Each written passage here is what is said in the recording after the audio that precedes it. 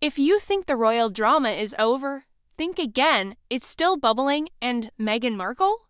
She's right at the center again, furious, frustrated, and fuming. And guess who's lighting that fire without even trying? Catherine, Princess of Wales. Graceful, glowing, and effortlessly stealing the show like always. This isn't just about duties or roles anymore. This is personal. Meghan's jealousy? It's not a media-made fairy tale. It's real. Very real. Let's be honest, Meghan's obsession with managing her image is exhausting.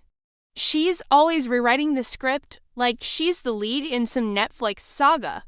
Tragic heroine, misunderstood wife, brave truth teller, and it's always on repeat. Every room she enters feels like a press conference.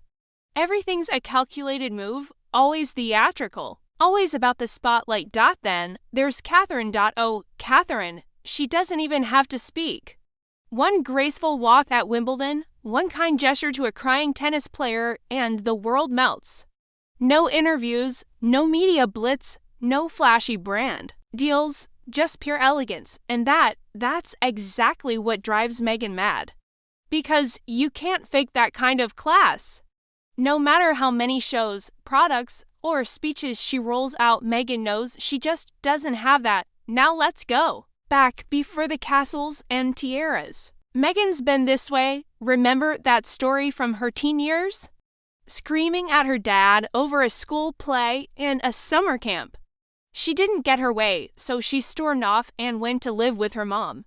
Not just typical teen behavior, that moment. It was the start of a pattern, a lifelong need to be center stage and tantrums when she's not. Fast forward to now. Catherine is glowing at Wimbledon, radiant, confident, her kids by her side.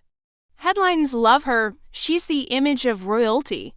And Meghan, sitting in Montecito, selling Kindles and overpriced tea wrapped in fonts that scream, I still want to be royal. And just when things seem calm, boom. More drama. Let's talk about Harry. Poor Harry, still walking through landmines literally and figuratively.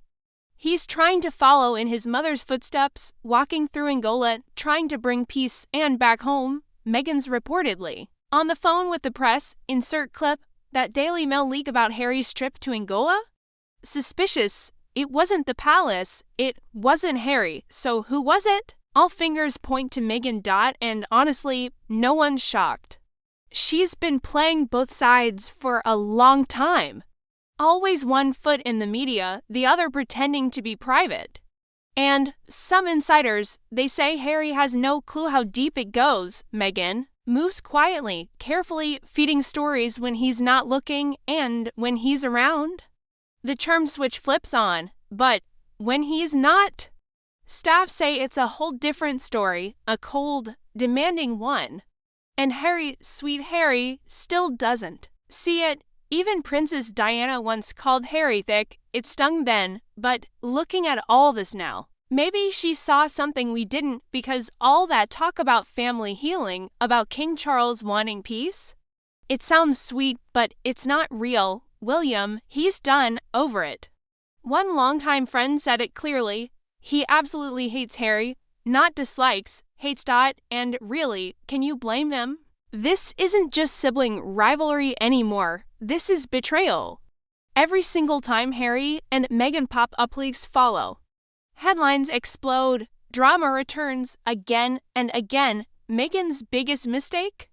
Thinking she could outshine Catherine, she thought. Marrying Harry made her the lead, the fairy tale princess. But that role, it was already taken. Catherine was already the star. Meghan, she was always the extra. The supporting cast, and that truth, it burned. William, he's not playing anymore. No fake smiles. No fake olive branches to him. There's no going back. Because every text, every meeting, every photo gets turned into PR, headlines, content. Catherine?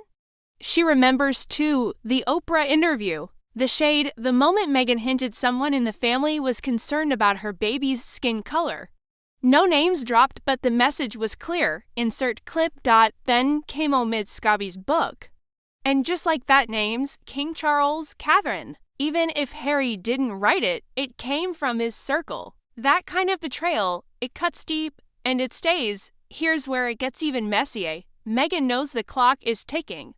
King Charles is the only senior royal who's even slightly open to fixing things.